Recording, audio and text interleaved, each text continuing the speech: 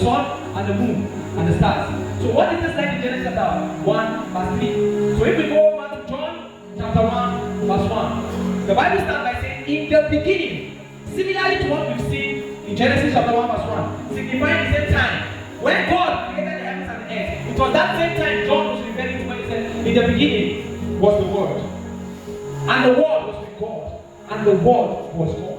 So when you see in the beginning God created the heavens and the earth, it's simply putting Genesis chapter 1 verse 1, John chapter 1 verse 1 together. You can simply say, in the beginning was the Word, and the Word was with God, and the Word was God, creating the heavens and the earth. And he said, he was with God in the beginning. He created everything that is. Life itself was in him. King James said, in him was life, and that life is the life of men. Now I want us to understand this verse very well. He said, in him was life, and that life is the light of men. So what is life? The light of men. And where is that light? In the world. So when God said, let there be light, the words God spoke contained in it life. And that light is the light that was manifested in Genesis chapter 3. So the light is in Genesis chapter 3 is not the sun, not the moon, it's the light of men, it's the light of life. According to John chapter 8 verse 12. He says, I am the light of the world. If anyone is with me, he will not dwell in darkness, but he shall have the light of life.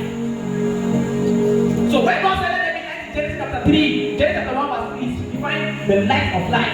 He said, let there be light. So God spoke life into the body earth. Because one of the meaning of the word to who, as we see in Genesis chapter 2, we said the earth was without form, is that the earth became barren. And now God wants to recreate the earth. He said, let there be light, and that light is the life. In him is life, and that light is life. So God spoke life first, and then he started creating things. Then he started saying, let the earth produce. Then because why? He has spoken life to the earth. And that light is what? The light of men. If you don't pick anything from all of what I've been saying since, I want you to understand perfectly well that in the Word, the person Jesus, because he said in him, not in it. In him was life. In the beginning was the Word.